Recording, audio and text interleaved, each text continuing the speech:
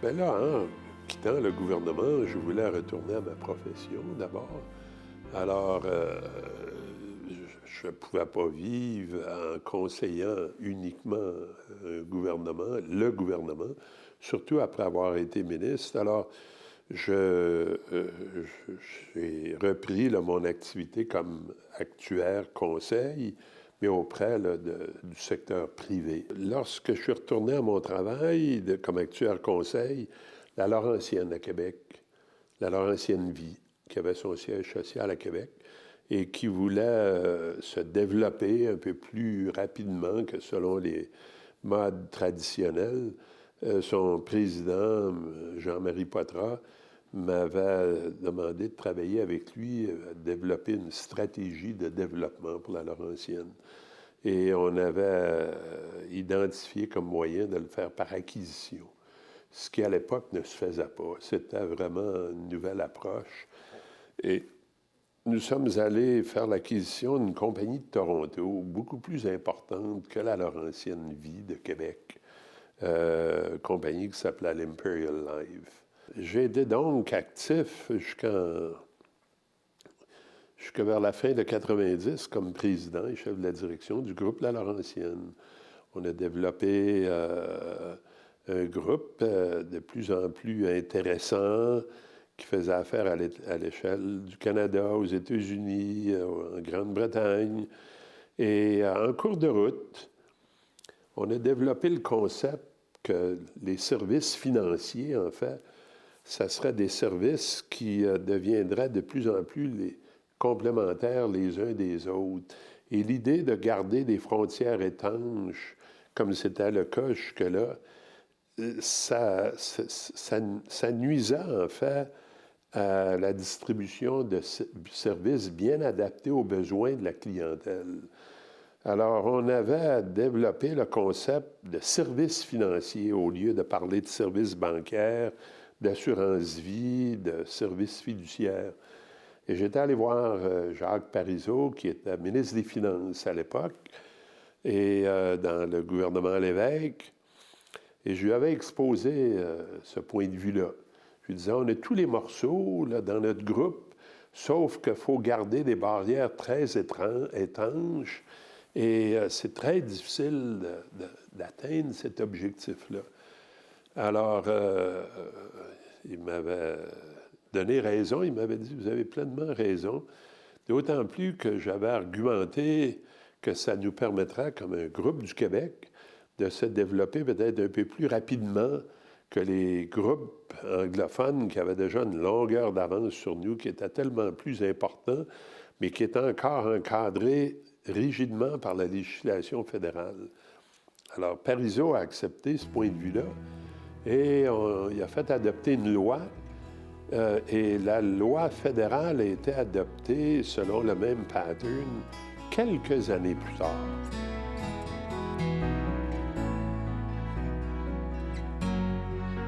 En 1978,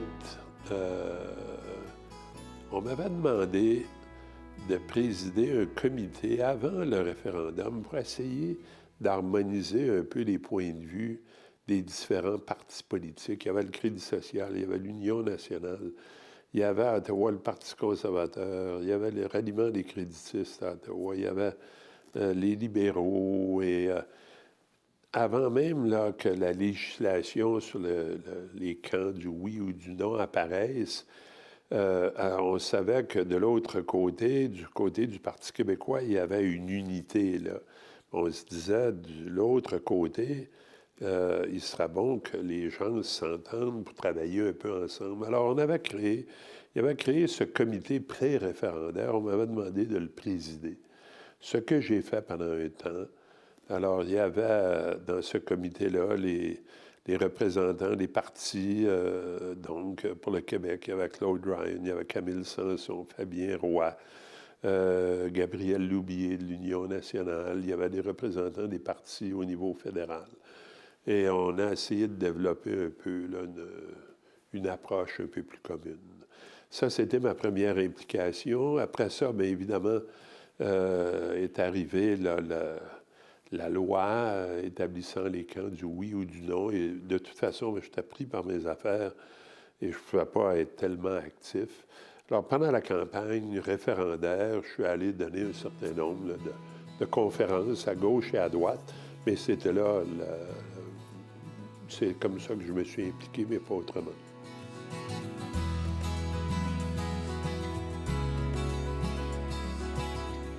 Mais lorsque l'accord du Lac-Meech a été conclu, il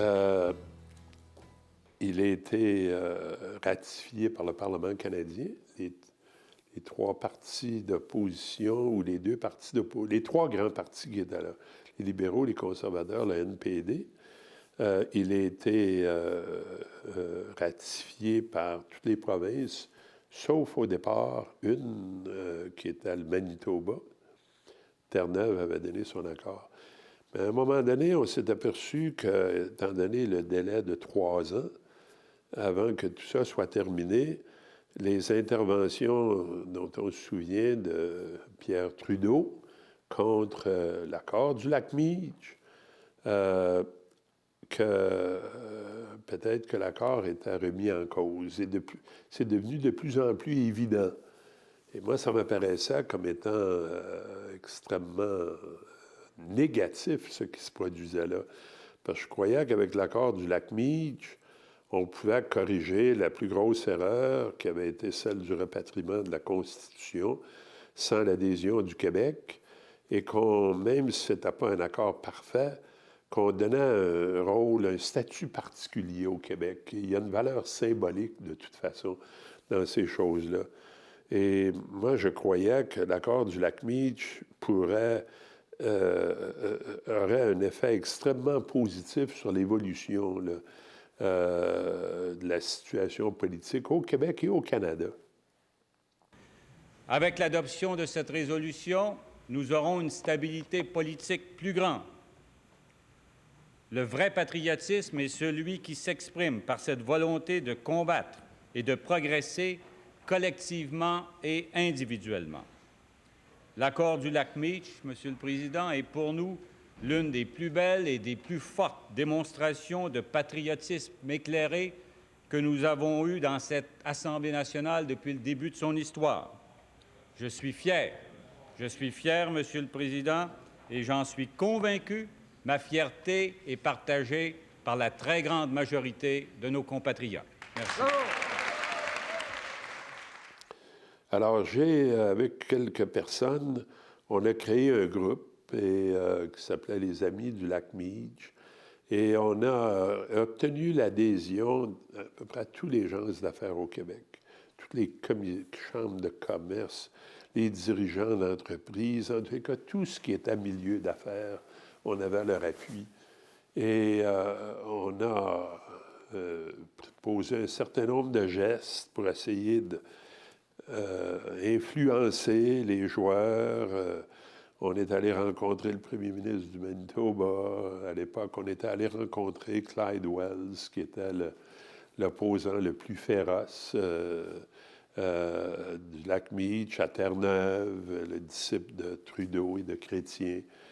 Et éventuellement, mais évidemment, malgré tous ces appuis-là, on connaît la suite de l'histoire.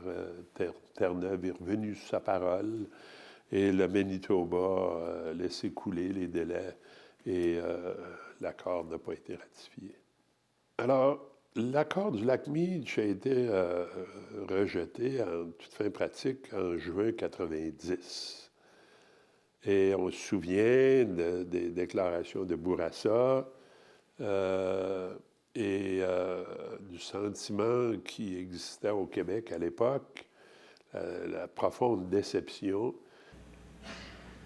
En 1987, il y avait eu une entente. À la suite de 3 changements de gouvernement, la signature qui avait été donnée par les provinces n'a pas été respectée. Cette fois encore, en 1990, 2 provinces qui s'étaient engagées à tout faire pour faire adopter la résolution n'ont pas respecté leur engagement. Jusqu'à 1985, on disait « What does Quebec want ?» Nous avons exprimé clairement les demandes du Québec. et toute l'équipe du gouvernement, et je veux rendre hommage au ministre responsable, député Jean Talon, qui a fait un travail extraordinaire dans la réalisation de ce dossier et avec toute son équipe. Toute l'équipe.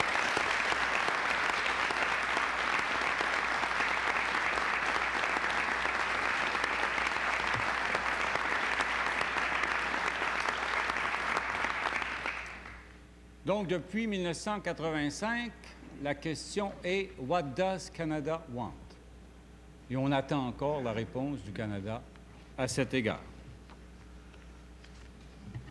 Monsieur le Président, le Canada anglais doit comprendre d'une façon très claire que quoi qu'on dise et quoi qu'on fasse, le Québec est aujourd'hui et pour toujours une société distincte, libre et capable d'assumer son destin et son développement. Merci.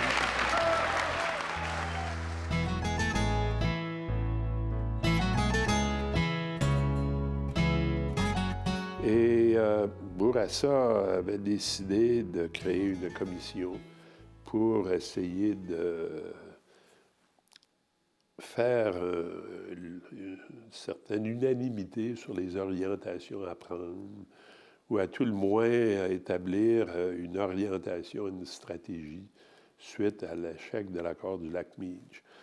Alors, il m'a demandé de venir la rencontrer à Québec avec son ministre des Affaires intergouvernementales, Gilles Rémillard, et il m'avait demandé si je présiderais une commission qui aurait ce mandat-là. Et il m'avait demandé si j'accepterais de co-présider une telle commission. Et je lui avais demandé ce que ça signifiait. Il m'avait dit que son intention était d'avoir un co-président qui représentait l'autre point de vue, disons le point de vue plutôt souverainiste. Alors, je voyais mal, moi, comment ça pouvait s'effectuer, un tel travail. Il me semblait, moi, que ça aurait été beaucoup plus approprié d'avoir une personne qui essayerait de tirer une ligne à un bon endroit qu'en avoir un d'un côté, l'autre de l'autre, qui défendait deux points de vue et qui en arriverait à une espèce de situation plus ou moins de compromis. Et si on se souvient, de toute façon, du rapport Bélanger-Campeau, c'était assez ambigu comme conclusion, si vous vous rappelez. Alors, j'ai dit non à l'époque à cette histoire-là.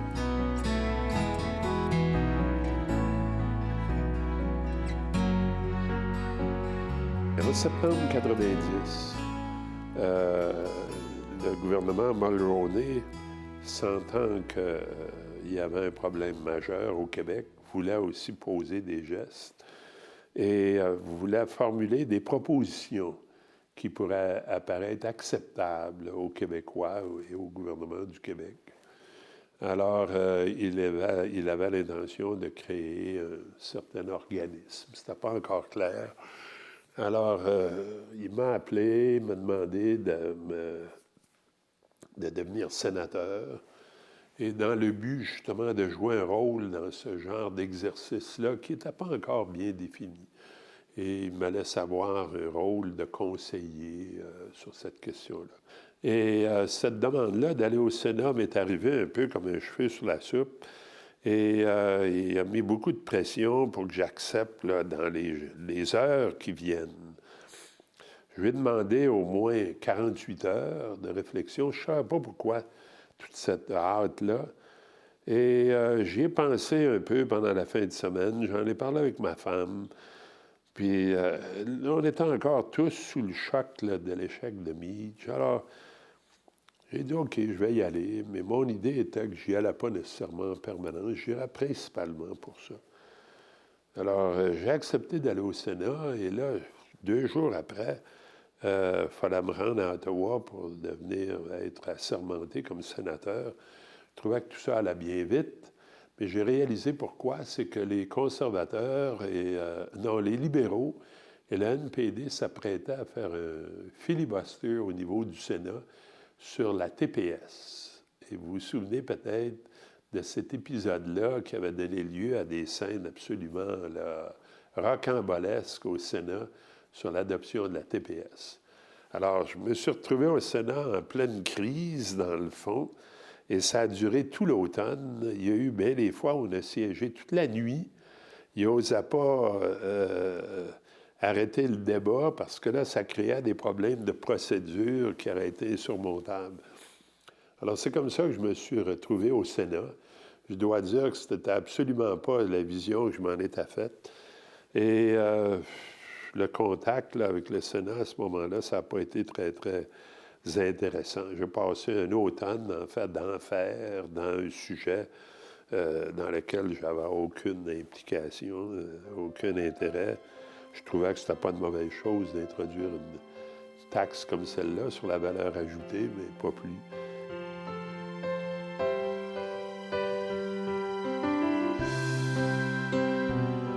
Il y a un comité de la Chambre et du Sénat qui a été créé pour prendre les propositions et écouter les représentations là, du public et des groupes intéressés avant que le gouvernement essaie d'en faire un projet d'accord avec les provinces.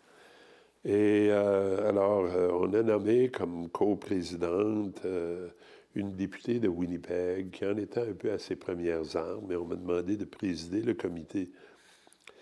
Et ce que j'ai réalisé par la suite, c'est que les partis d'opposition n'étaient absolument pas intéressés par ce comité-là. Ils se souvenaient qu'à l'élection précédente, Mulroney avait réussi à se faire réélire en prônant l'accord du libre-échange. Et là, il ne voulait pas que Mulroney se représente une troisième fois avec un accord avec les provinces pour dénouer l'accord, l'échec de Meach. Alors, on n'a eu aucune collaboration des deux partis d'opposition. De toute façon, les libéraux étaient contre, on le sait, Chrétien était contre l'accord du lac Meach. Alors, mon coprésident, ma coprésidente, a politisé rapidement ce comité-là en engageant du personnel politique au lieu d'utiliser le personnel de la Chambre des communes et du Sénat. Alors, on s'est engagé dans une opération suicide sans aucun appui des partis de l'opposition. Les partis d'opposition n'ont cherché qu'à nous mettre des bois dans les roues, et c'était un véritable cauchemar.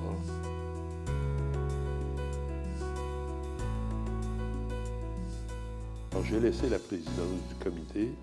Le comité a été restructuré. On l'a ramené à des dimensions d'un comité vraiment de la Chambre des communes et du Sénat. Et c'est le sénateur Baudouin qui l'a co-présidé. On a mis de toute fin pratique Mme Daubé de côté. Et 2 mois, je suis resté là. En attendant, il y a eu l'accord de Charlottetown. Vous vous souvenez qu'il y a eu des négociations avec les provinces. Chaque province a essayé d'en avoir un petit peu plus. L'accord a pris des dimensions vraiment surprenantes. Et finalement, quand ça a été présenté à l'ensemble canadien, à peu près tout le monde a dit non à cet accord-là, le Québec inclus. Alors, ça a eu lieu en 92, ce référendum-là. Une fois que ça a été terminé, moi, je calculais que mon rôle au Sénat, c'était fini. Alors, je suis reparti discrètement. Je ne voulais pas faire carrière au Sénat. Et je trouvais qu'il y avait beaucoup de choses plus intéressantes que je pouvais faire dans d'autres domaines. Alors, j'ai laissé le Sénat à la fin de 92. J'y ai été 2 ans.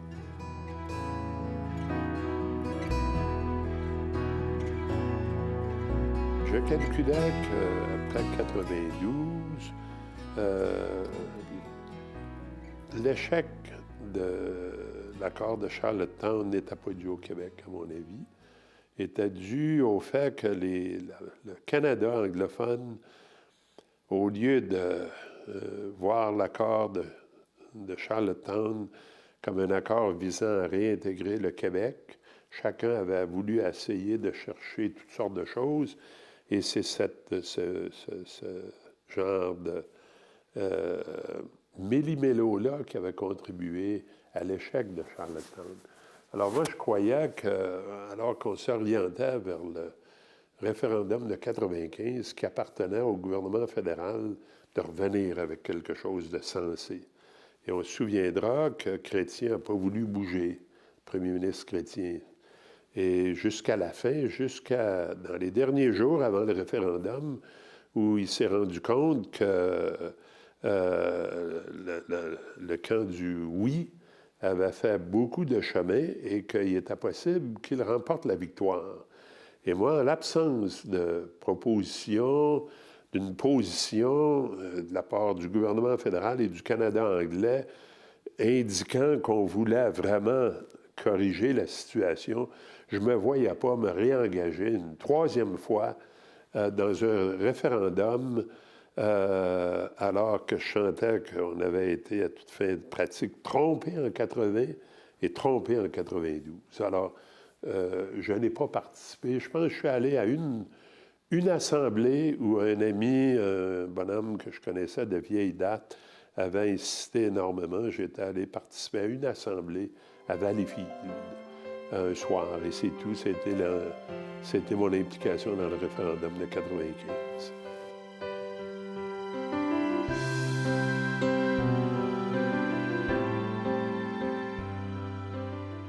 Alors, lorsque plus jeune, là, aux études, j'ai toujours aimé dessiner, la peinture, les couleurs. Et évidemment, avec les études et puis les pressions professionnelles et familiales, j'ai abandonné ça assez jeune.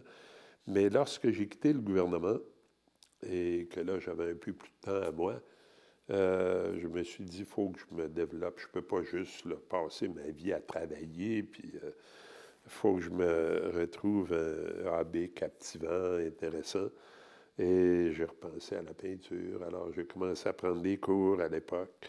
Et je me suis remis à la peinture. Ça, c'est vers 1974. Et depuis ce temps-là que je fais de la peinture. Alors, c'est une activité qui est extrêmement prenante. Ça demande, c'est toujours, vous voulez toujours aller un peu plus loin et toujours vous améliorer, exprimer quelque chose de différent.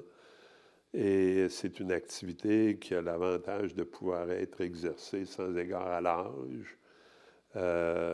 Vous pouvez être en voyage. Moi, quand je voyage, j'ai généralement un cahier de sketch, mon appareil photo. Je fais des sketchs, je fais de la photo, et quand je reviens, je fais des tableaux suite à mes voyages. Alors, je me suis adonné à la peinture comme ça, de façon assez régulière depuis ce temps-là. Maintenant, j'ai fait aussi un choix. Je me suis dit, pourquoi est-ce que je fais de la peinture pour empiler ça dans un placard? Est-ce que j'essaie d'en vendre? Est-ce qu'il y aura d'autres débouchés? Et à un moment donné, étant sollicité par toutes sortes d'œuvres, pour toutes sortes de choses, j'ai décidé qu'au lieu tout le temps de donner, de répondre avec un chèque à des sollicitations, je prendrais une orientation différente. La plupart de mes tableaux, je les donne à des œuvres et elles sont vendues soit à l'enchère ou elles sont vendues à des gens qui veulent faire des dons à une œuvre quelconque. Alors, ça fait des années que je procède comme ça. J'en ai donné un bon nombre à l'Institut de cardiologie à Montréal, à l'accueil Bonneau. J'aide de façon particulière à Montréal une fondation qui s'occupe des petites filles, en fait, ou des adolescentes qui ont des problèmes d'agression sexuelle et autres. Alors, je dispose dans une bonne partie de ma production en peinture de cette façon-là. Alors, ça rend service et ça fait en sorte que je n'en accumule pas trop à la maison.